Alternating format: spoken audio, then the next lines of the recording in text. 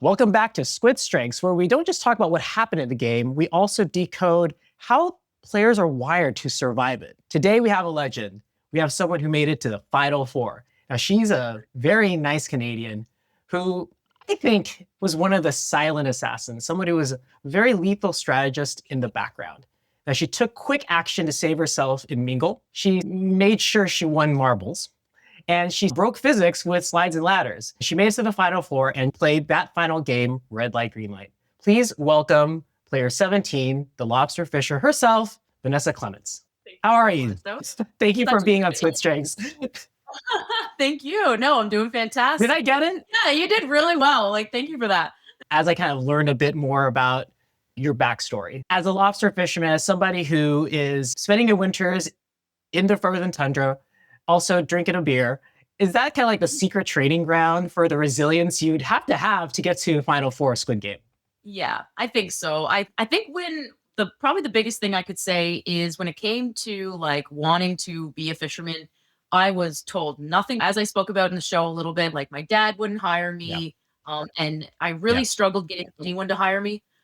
So I think that just being resilient and stubborn really helped me get through the game. Because just in my normal life, even when I'm told no, I kind of I don't take no as an answer. And so I think that, I think that helped me in the game and just be, in those moments where I needed to run to that mingle door, I just think because I had a little bit more grit that I was able to make it work. So I have been in many situations in my life where I feel like a lot of people just would have given up and quit. I grew up in an all fishing family, but when it came to wanting to do that as a career, as a profession, I really thought that I would be able to initially do that with my father. When I asked him if he would hire me, he laughed and said, "Vanessa, you're a woman. I cannot hire you." And I used that moment as motivation and drive. I worked my God-loving ass off for many, many years, and it's beautiful how life works because things finally came full circle for me. And last year, my father finally asked me to fish with him. Working so hard for that approval and then finally having it come to fruition is just indescribable. You got that activator, you got the achiever, you got the command. We'll talk about your strengths in a little bit. But it definitely makes sense also with your background. And I appreciate also your vulnerability. Now your dad looks back, probably says, man, I should have hired her in the first place, right? yeah. Dad's like, oh man, that's on Netflix now. He knows that everything I was saying was the truth and he accepts that. I would have never ran into any of you guys in my life. It's just wild. I grew up on the end of a dirt road.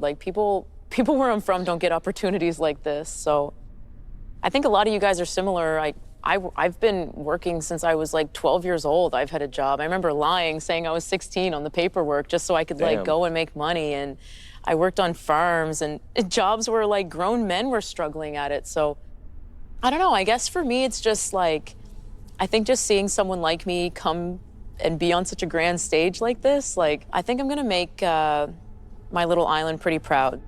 So you played Big Brother Canada. Well, my understanding is you sort of played it because it was canceled midway. Can you talk a little bit about that? And do you feel like there was unfinished business when it came to Squid Game? Definitely. Basically, we did a sequester. You know how we did a sequester before we entered the dorms, which was 3 days. So for Big Brother, it was a 15-day sequester. And then we immediately right into the Big Brother house. And I stayed in the Big Brother house for, I think it was 25 days. And during that entire time, the sequester and me playing the game is when the pandemic was taking over the planet. So we had no idea. I certainly never even heard of the word COVID before I entered the Big Brother house. For it to end, it was just the craziest experience ever because I left the world. It was completely normal. And then next thing I know, my season's getting canceled. We're getting told that there's some sort of crazy sickness out there. And I just remember coming back and I'm like, what? I leave the world for 4 weeks and it just falls apart. What the heck? Crazy experience. Hard to wrap my head around it still, but once I was able to get out and read the news and understand more of what it was, then I came to grips a little bit more, but it was such a confusing, hectic, chaotic time of my life. How did that experience being in the Big Brother house, even for a short period of time, help you prepare for being in the Squid Game dorms and all the dynamics there?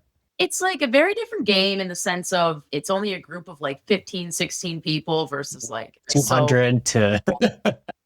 Right. But still a lot of the same basics. But I think one thing that I definitely used, and I don't know if it helped me any, but it definitely helped me not get a bad edit, is I just was able to remember that anything and everything you say on reality TV can and will be used against you. So I was able to like myself together a bit more because I just remembered my Big Brother experience, and I remember like just any mistake you make is going to be displayed. So I was able to kind of keep myself in check. Well, that's always important. We saw that with some people's edits. You know, they were very vulnerable, and we saw a very raw side. And there are a few people who, well, let's just say I'm hoping they look back at their experience and wish they did a couple things differently. But I don't know if you're one of those folks. I think you're somebody who I saw your edit and I saw you throughout, and I was just always wondering, you're in the final 5 and then 4? Like, where have you been? So let's talk about your strengths and see where maybe your strengths, there was an interplay with where we see your strengths and also where we see your edit, and then all the gameplay we didn't get to see. So I asked you to take the CliftonStrengths assessment. We'll call it your talent DNA.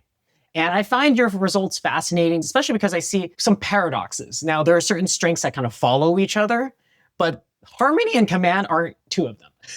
We typically do not see them together.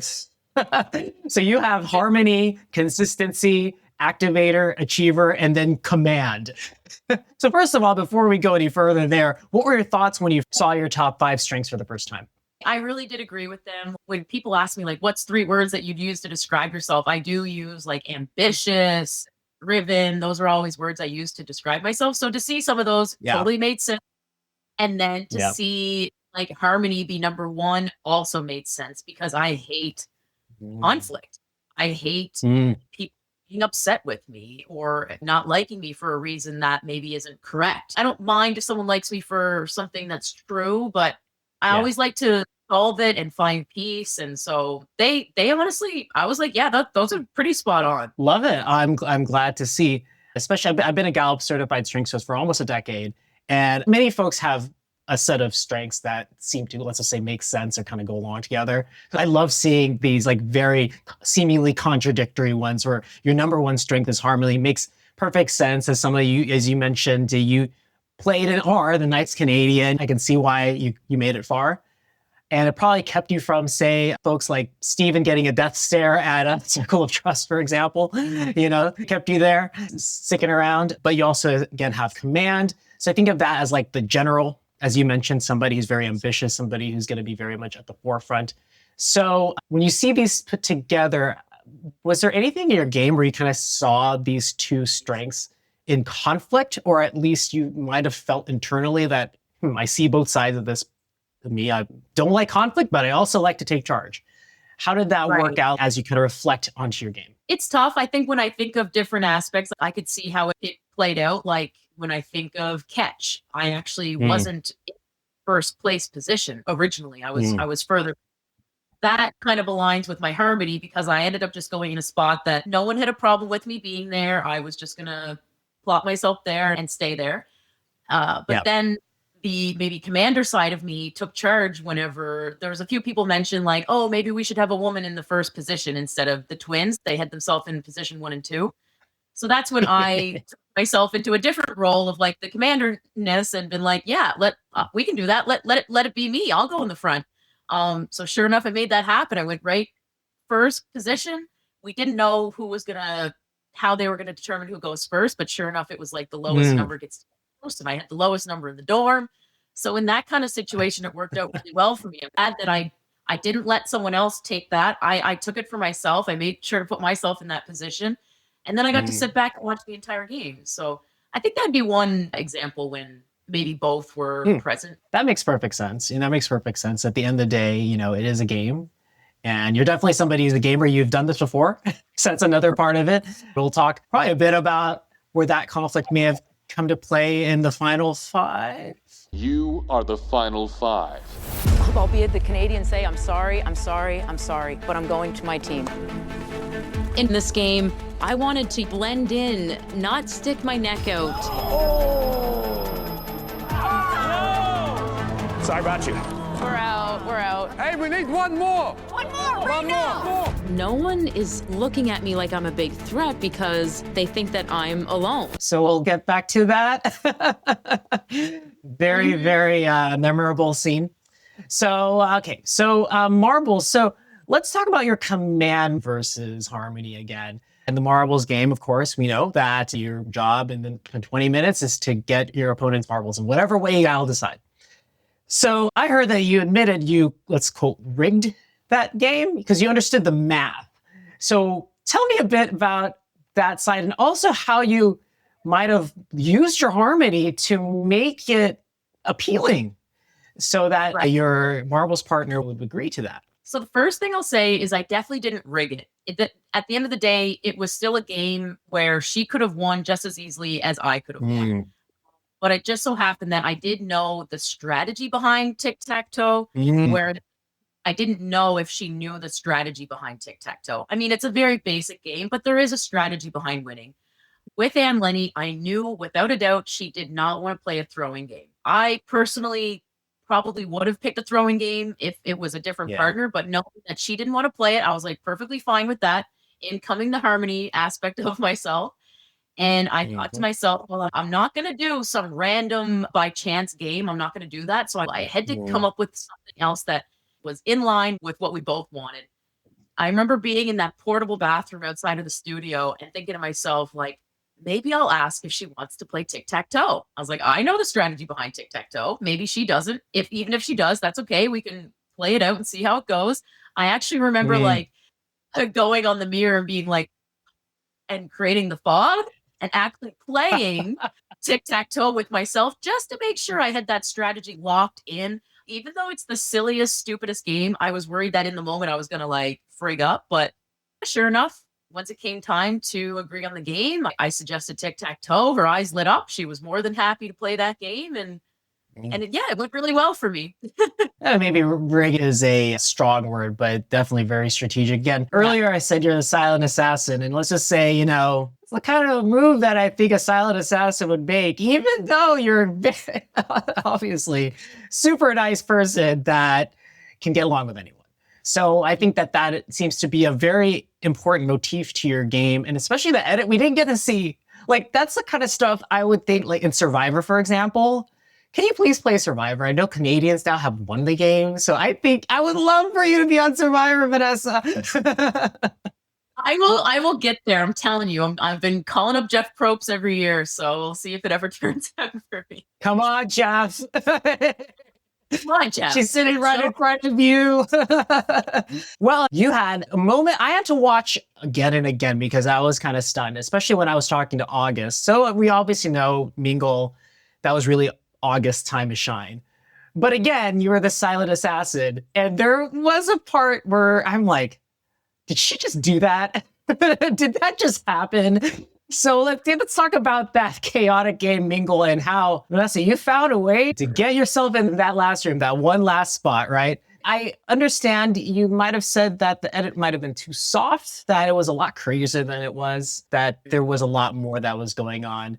So tell us a bit more about just Mingle before we get to the moment where you realize your game could have been done and then you had a chance. So just what was your experience like playing Mingle? Mingle in general, like I kind of wasn't properly prepared. You could say me and my group, we had all of the scenarios figured out up until the number 10, I think it was. I was nervous, not feeling good about it. It's honestly very hard for me to talk about Mingle without talking about that run. That's just such a moment for me. Well, let's go. We got to talk about that epic run. We didn't see that one coming. We didn't see that one coming. Hey, we need one more. One more. Run, Damien, run. Wait. One more. No. I'm sorry.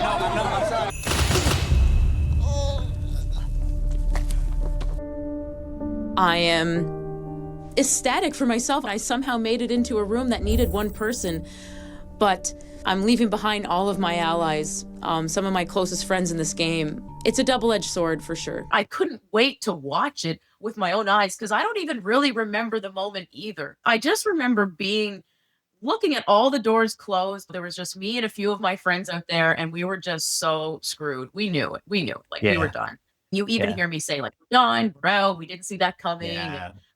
I'm zipping off my jacket so my squib will show good. And I remember thinking to myself, like, I get out and mingle. Like, wow, I made it really far. I was trying to come to peace with it in my mind. I'm like, this is a pretty good place to go out.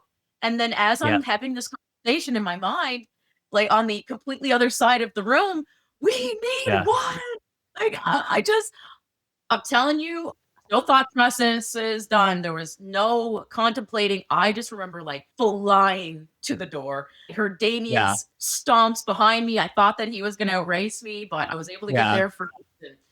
Oh man, what a moment. Everyone was just super excited. And I was upset to leave my friends. The room needed one. It was going to be one of us. So commanderness, and it had happened that it was me. So it's I think everything. But I mean, it sounds like, well, for one, it sounds like that's a core memory. So that's something that's going to be, that was like, I mean, there's probably at least a few core memories from this, but I would say that's one. I had to watch it back. I was like, it's like, oh my gosh, it happened so quick. Because I know you have a confessional, but it's like, it happened so quick. And I think, it almost looked like something primal came over you. Like it was just very instinctual. So I'd say, well, you had your activator. I'm also an activator. So instantly, like you're just an instant, like, you know where to go, but it doesn't necessarily mean you necessarily do the optimal thing. Okay. Then you have your achiever that's going to refuse. Obviously, there's someone like Damien who could be right behind you. You don't know. You get to that door, they could shove you, it's first person through that door. I think it was your command that made sure you were that person. I'm watching the edit. I hope this doesn't sound kind of crazy, but I was like looking at, just there was this look on your face as you're entering that door. Hell yeah, this is my this is my spot. Well, my mom, she was like, "You look so determined," I guess would be the word. But I had a lot of people ask me, "How did you react and run so fastly?" And almost to me, my question to them would be like, "How do you not? This is Mingle. This is millions of dollars." I didn't really think much of it, but I definitely clicked into another level of a survival mode.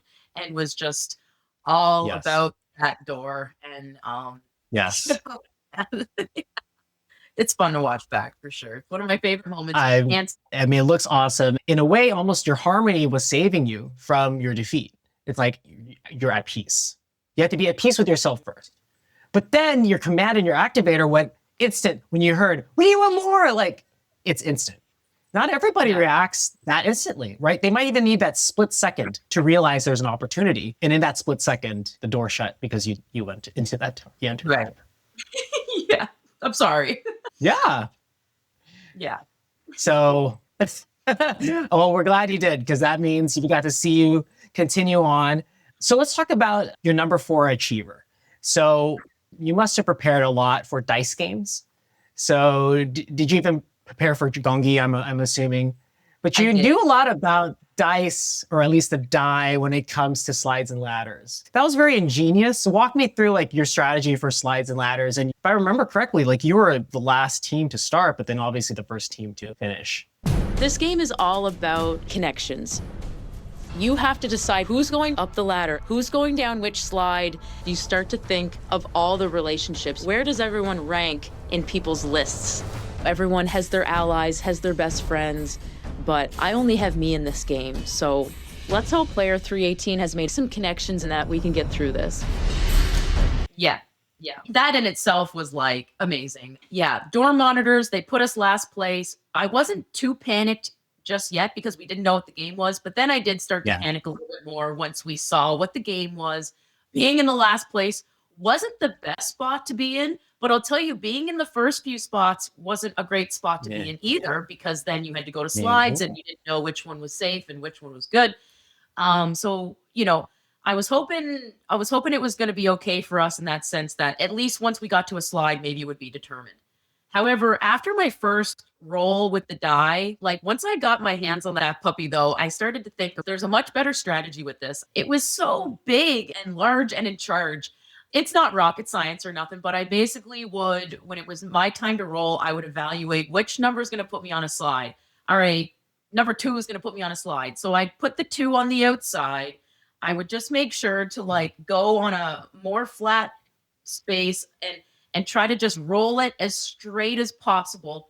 So it would only be one of the 4 and not the outside worst case scenario. So, you know, in this game, it didn't really matter too much what you rolled. It only mattered if you landed on slides.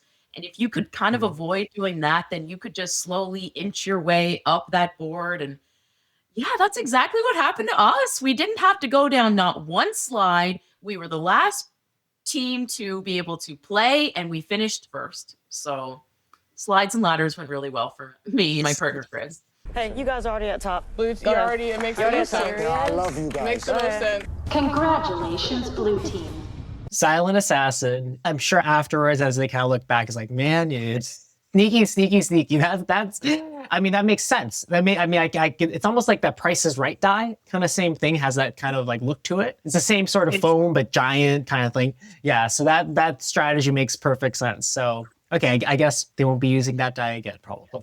No, probably not. And, you know, I will say that there were some other players who I think, I remember I spoke to Justin and he said he tried to do something like that. He tried to predict it a little bit, but he said every time I did, it would just then roll onto that worst number. And so it took a little bit of, you know, strategy and just like really getting it as straight as possible. But at the end of the day, you had the right touch. Yeah, that's right. You had the right touch, right? Now, I remember there was a part after that game where we see some of your fellow players start to catch on that you're a secret assassin. I believe it was Deja and Pearl, or at least some of them had mentioned something about your game. What do you think they were catching on from you? You just mentioned there's enough for them to question your game. Tell me more about that moment as the numbers really dwindle down now. It's getting to close to the end. As the numbers dwindled, there was less places to hide. It's not a big deal. I'm not trying to say it is, but even just the fact that I was on Big Brother Canada was starting to be an issue with other people, because it's just at this point we're grasping at straws for reasons why to target each other and maybe go after each other and things like that. So I think that there was definitely a few players who use that as like, she's already had her chance at this. This is our first time. Let's get her out type deal. I also think a lot of people thought that I already would have been gone by then. A lot of people thought that I was very alone in the game, even though I had really good one-on-one like individual relationships with pretty much everyone. Although it wasn't looked at as I'm the big social person in here, I was good with a lot of people.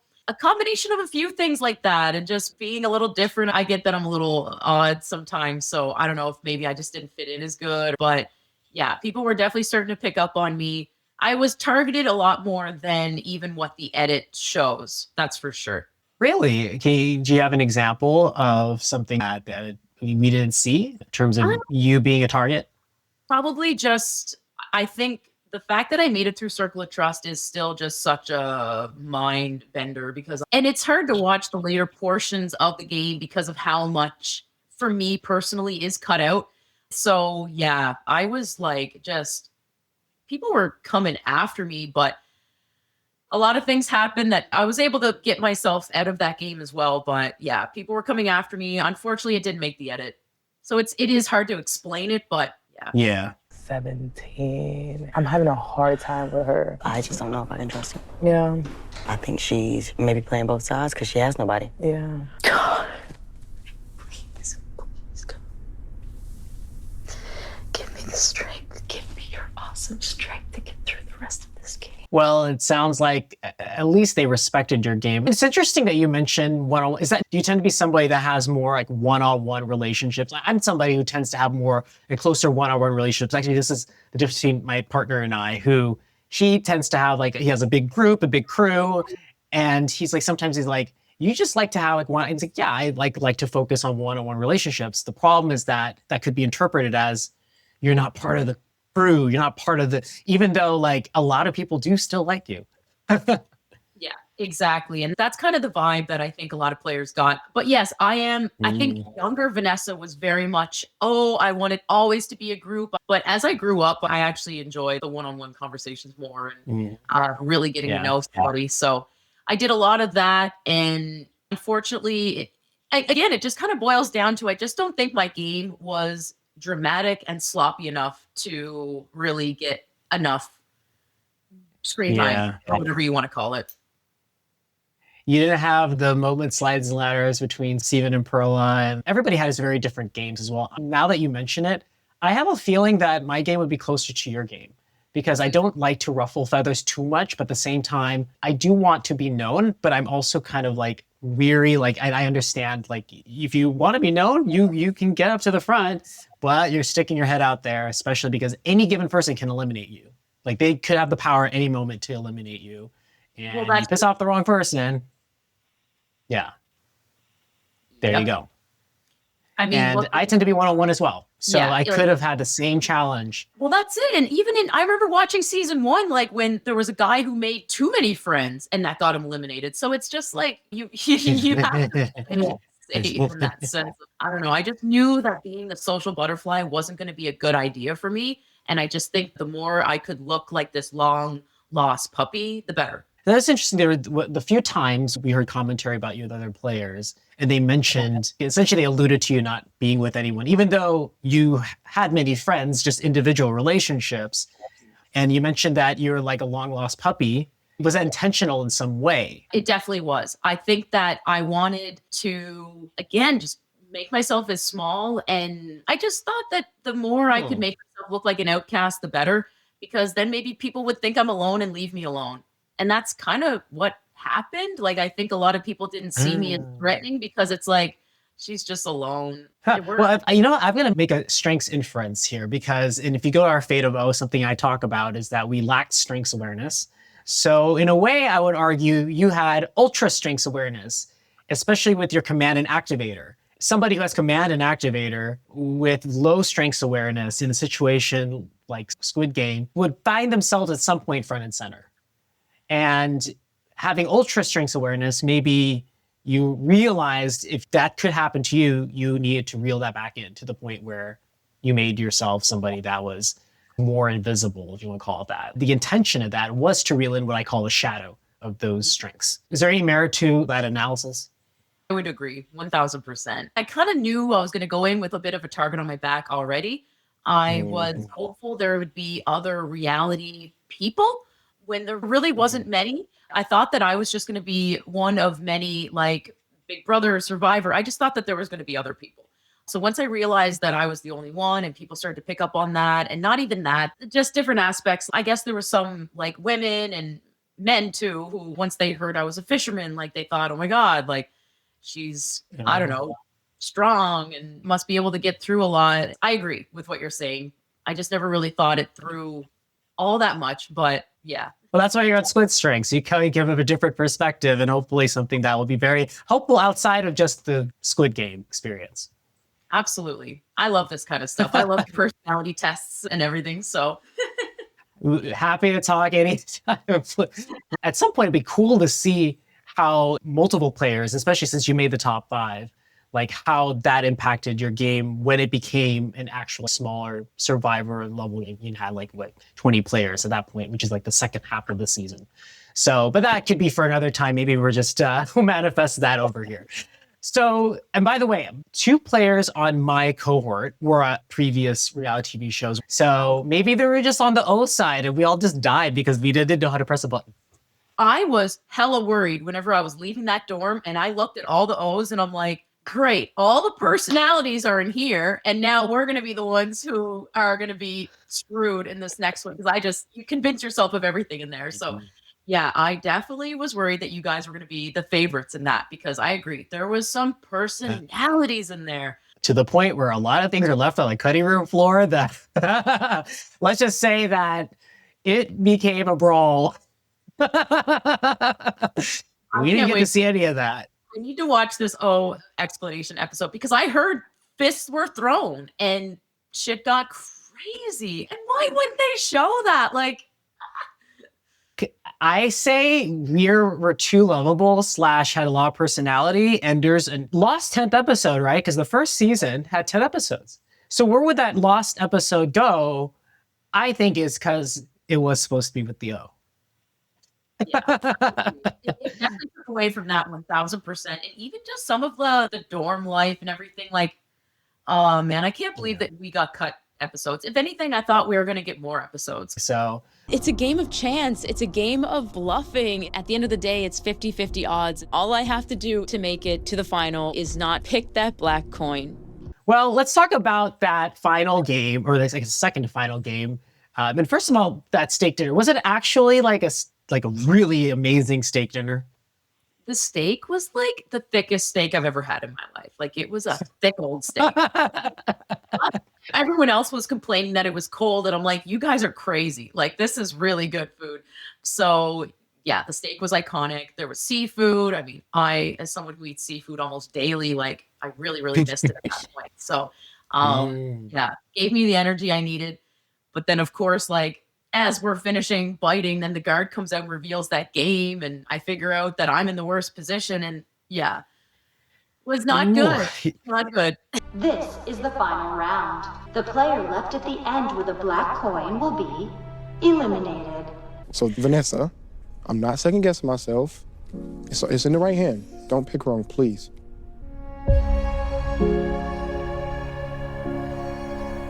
Player 17. Pass. You're one of the best people I've ever met. It's okay, it's just money. It literally comes down. I don't know anyone else who would have done that. Yeah, I mean, there you go. And yeah, like your odds were stacked most against you because in theory, you would have had only that one chance. However, well, it seems like Trinity decided we're going to take a turn. And I would think a lot of your strengths came out. This was by far the most emotion I saw from you in the series, where you were there essentially pleading with Trinity, like, do you really want to do this? So I think in a way there's your harmony, of course, that doesn't want to see him suffer, but at the same time there's your command, like your competitive spirit that's like, no, you got to compete, and likely your consistency as well. I would surmise one of your values is you got to fight for it, and you have done that with Mingle, with Marbles, with all of these things, everything, right? And then now you see Trinity falling on a sword. Just first of all, walk me through what was going through your mind as that was going on. You were the person who was supposed to have the least shot at making it to Final Four. Yeah. So what the edit doesn't really show is come the final 6, there was basically 3 pairings. Kate and Steven were really close. Deja and Perla were really close. And then you had me and Trinity, who we were like best friends at that point. We connected over our faith. We connected over our upbringings and growing up without a lot of money and things like that. Trust me, if I couldn't win, I wanted that boy to win. And that's what was breaking my heart the most about it when he first started to do what he did. Because, yeah, we're told the game. We then stop filming for a while. The adjudicators come out. They read us the rules, while I'm watching, because then production played out this mock game. Of course, the person in seat 5, which was my seat, went home. They're in the worst spot. Like, yes, it's a 50-50 chance, but everyone else had multiple chances where I only had the one, right? So again, I got back to my mindset in Mingle where I was like, okay, this is where I get out. I'm meant to make it to Final 5. I'm meant to make it to the dinner, and then I'm meant to say my piece. I was trying to come to terms with it, and we start filming again, and here I am trying to wrap my head around it all, and next thing I know, Trinity's doing what he's doing. Still can't believe it sometimes to this day when I think back on it. Like, I know that he has a lot of peace with it, so that's really all that matters. I always do wonder what would have happened if he didn't do that. And then honestly, it got to a point where, and this is another thing that I think is one of the hardest things for me to watch, because I tried to convince Trinity for so long. And I get that they can't put it all in there, but I was asking him questions like, Trinity, like, what would your mom think right now? He was playing for his mom. He's trying to move her out there. And I was just trying to snap him out of that mindset. Then when it came to the point where he was at me and I was still trying to convince him, it dawned on me where I'm like, okay, Vanessa, don't be too convincing right now, because you're going to end up sacrificing yourself just to stop what he's trying to do. And it didn't matter at that point. He already had his mind made up, and he literally saying that God was convicting him to do this. So I'm certainly not going to overstep God and take that moment away from him. Because people have asked me, were you tempted to take the black coin anyway? And my answer to that is not really, because I wasn't trying to sacrifice myself. I was wanting to play the game out. So that's kind of what went down. I think the lore is probably mixed. Some people see this, of course, as a very generous thing and a very real, raw moment. But then there's a side that might say, there's something up with this. So what do you have to say for any of those things? What's your perspective as somebody who was in the room when it happened? I think as someone who was in the room as it happened, what I'll say is I remember thinking to myself from the moment it happened until the day that episode came out I remember thinking like, wow, Trinity is going to be so loved. I was thinking he's going to be a fan favorite. Whenever they told us about this second chance fan vote, I was like, oh, Trinity's going to win that because of what he did. It, of course, was received a little differently than I thought it would be received. But ultimately, I think the only people that can really be upset with it, and I don't even think they have a right to be upset with it, but I understand if someone like Kate, who made it to Final 6, feels a certain type of way about it because she had to play Trinity in shuffleboard. She then got out, only for him to then give up his spot on the very next game anyway. So I get why there's some people who made it far, who maybe would have loved to have that final seat at that dinner, whereas he got it and they maybe think he didn't want it, but it's not about him not wanting it. He wanted to be there. It's just, he's just an amazing human being who does something so selfish like that. And he just so happened to make it far. And I kissed it. It's mine. Wow. Wow, this is incredible. Well, you got to play the final game. First of all, we were all expecting the doll. When you saw, what was the first thing that went through your mind when they turned on the light and you saw the doll? I don't know what to think. What I'll say is red light, green light, when you're just kind of racing against the clock and you just have to get there on your own accord, is different than, okay, you're going to play red light, green light. It's going to be a race and it's going to be for millions of dollars. Good luck. I'll be honest. I was feeling the pressure. I'm a Canadian.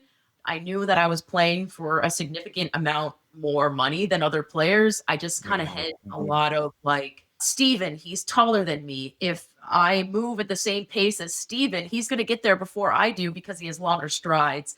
And I just honestly started to overthink it and maybe psyched myself out a little bit because I had it in my mind to move the full song, whereas everyone else played it way safer and smarter and only moved half the song. So 1000%, I didn't play it safe enough. That's what I'll always say is like, I should have played it safer. It was probably the one time in the game that I didn't play something safe. And sure enough, it got me out. I am not thinking about anything else other than getting across that finish line as fast as possible. I am so laser focused on winning this game. I cannot imagine a different outcome at this point. Interesting, right? And that's definitely your command coming up, your activator. Tell us what really happened there in terms of, okay, you had a couple seconds of the song and then you had to stop and then the show says you flinched and you got squibbed, but it sounds like there was more to it than that.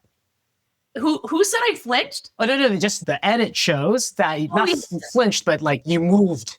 Yeah. Yeah. So without a doubt, I think the edit definitely makes it look a lot more obvious than it was.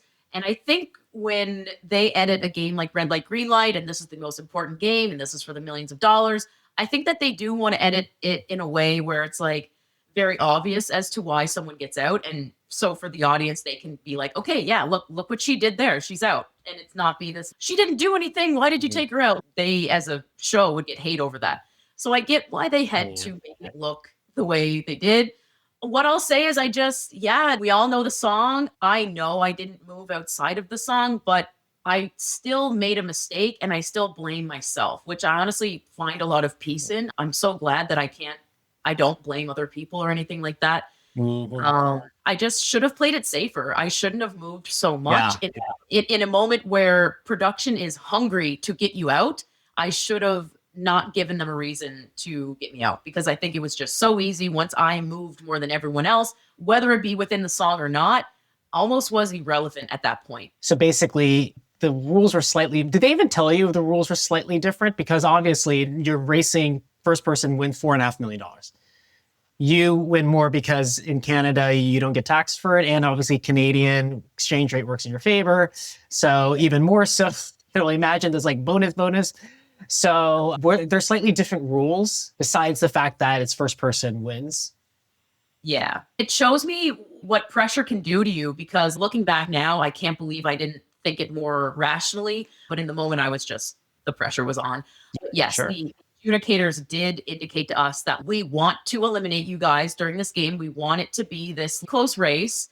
So I should have thought that as well, because whenever I went, I was like well ahead of everyone, and they probably didn't want that. They did specifically say we don't want it to be a blowout. We want it to be this more close-knit race.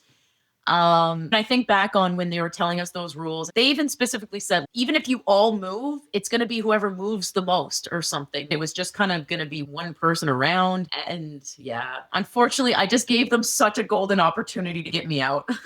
Interesting. Well, let's just say, and I saw that as a final game. It's not a final game. I'm sorry. Like, that should not have been the final game. Having said that, is it better than rock, paper, scissors? Yeah, it's better than rock, paper, scissors. So I'll take that. But, well, we'll see what happens in season 3. But any final thoughts on that? Because I think, well, one, obviously would have crushed it if you didn't give them that extra little nudge. Yeah. Could you have even taken off your shoes, by the way? Like, a couple of them took off their jackets. Could you take off your shoes, or did anything else with your wardrobe? They were very specific. They said that they would allow us to take off the jacket if we wanted to. Honestly, I thought it through, and I actually wanted to keep my jacket on because I thought the more clothes I can have on, if my arm makes a weird twitch, maybe it would be hidden underneath the jacket. Like, I just thought the more clothes, the better. So no, we had to wear the shoes. And in terms of it being a final game, I agree. As excited as I was to see the doll, and she's iconic and all these things, I was thinking to myself when I watched it back, I'm like, this is kind of like boring. Like, it's like all of this lead up only to a completely silent game where we can't interact or react to things happening. It's just, we die, we fall, we're gone. Woo! Well, I guess to that point, at least there was agency there. The O's wish there was some agency. If I was a producer, I'd be like, well, could we each have a button? And then you would have averaged that out, but it's too complicated, I know. But at least everybody would have had some agency. And then you see everybody pressing a button. And that was kind of, at least here, every person got agency, even though it was up to essentially the judges to see who moved the most or who moved the last or whatever it might have been. What you don't get from watching it as well. Once I did that run, we stopped. I held that position for I want to say 20 to 30 minutes, which you definitely don't get from watching. You were like a statue. The way you looked, you were just like a statue. Yeah, it looked like we ran, it squid me instantly, but no, I held that position for quite a while. So I'll be honest, I thought I was good. I was like, okay, the music's going to start any minute now. Let's go. But then, and then it dawned on me that I just didn't play it safe enough.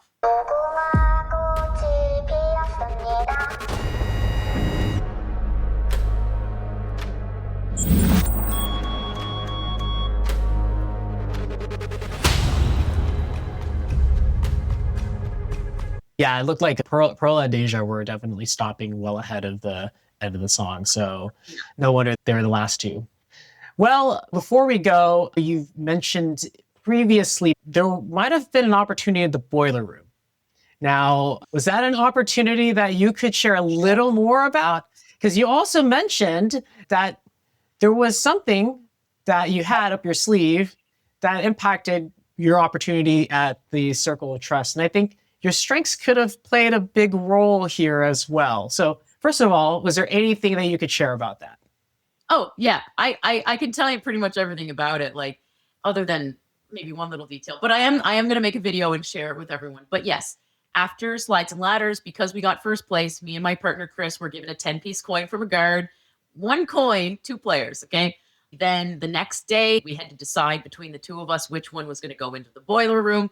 I let Chris hold on to the coin for that whole time. And then when it came time to decide, I was like, I had good rolls for us. I came up with a strategy for the die. And this is why I think I should be the one to go in. He didn't fight me at all on it. He was like, you're right. And he handed me the coin and I went in. And yes, I did get an advantage. I was then instructed to lie about this advantage. In fact, I had to lie about it. If I didn't lie successfully, then it would have been voided. So a lot going on for sure. Again, I just cannot believe it all got cut because it's the only reason I got through Circle of Trust. Everyone wanted to give me a box, but they were scared to because they were like, if I give her a box, is her advantage going to get me out? Because that's just not worth it. So I actually had this like very crazy Circle of Trust story. What I'll say is a lot of players try, I think, in a backhanded way, blame me for their eviction or elimination during Circle of Trust. Yeah. What I'll say is like, what I will say is it had nothing to do with them. Whatever my advantage was only had to do with me. Frig, if I have to reveal this protection, I am going to get box after box after box.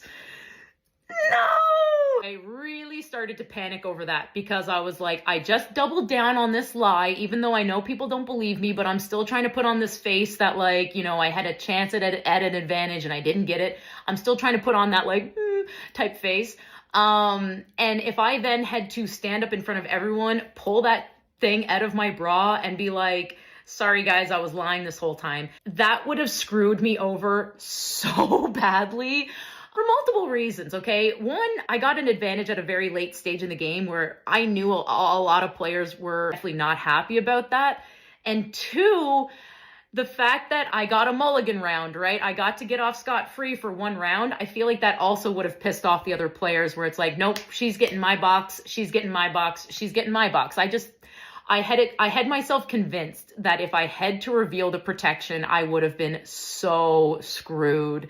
It was great to have and all. Don't get me wrong. I was very happy and thankful to have it. But I also thought, Vanessa, this protection could literally screw you over and get you out of this game. So as I'm in the portable bathroom having this conversation with myself, I then decide, okay, I need to just act as though I am like the most secure person in this game. I wanted to make sure people didn't get the sense that I was then worried or anything like that, which, if I'm being completely honest with you, it worked. So I took what should have and could have been a 1 round protection, which really could have screwed me over anyways.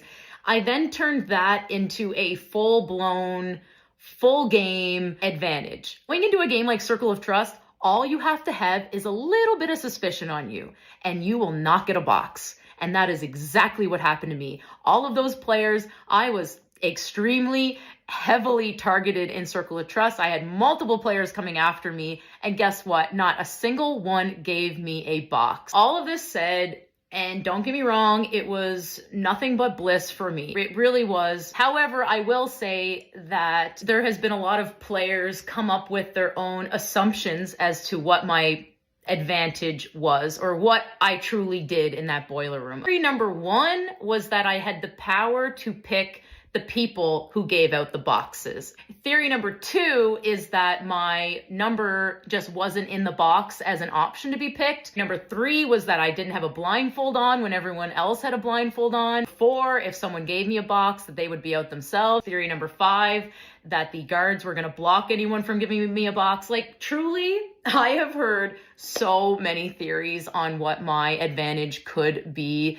And it's just been like way too fun to reveal it so early on. Like I honestly have had so much fun with this secret, and I'm really sad that it's no longer a secret. Anything about how your strengths impacted your game? Anything you would take moving forward? I don't think so. I think if anything, I know through talking with a lot of players, this experience either brought them closer to the people in their life or it actually brought them further away. There's actually been some players like get divorces and different things like that. So I just think the one thing that I took away is that my people mean that much more to me. I don't think I let my boyfriend go for a week when I got home. It was an amazing experience, especially after Big Brother. Trust me, after I put on that tux, I already felt like a winner. So everything was just bonus from there. Absolutely. Don't get me wrong, the millions would have been awesome. They would have been awesome, but money is not everything.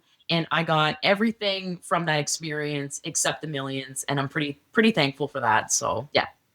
I feel like Pearl is a winner that most of us can get behind. If Steven won another few $1,000,000, I'm like, come on. No, absolutely not. Sure. No, I was gonna say I actually really like Steven. He did get a terrible edit. He's a really nice guy, but yes, did he need to win? Absolutely not. And I'm so glad that he didn't. I think Perla is an amazing winner. I think that she's an amazing person to represent the season. So I'm more than happy. Absolutely. I think Steven made great TV, and he seems like a fun dude. He seems like a Tony Vlacho sort of villain. You know, like he's not a Russell Hantz sort of villain. He's like a Tony Vlacho sort of villain. Still, having said that, you know, did he need to win another? Yeah, no, it's okay. Let's make some generational wealth for someone else. That's right.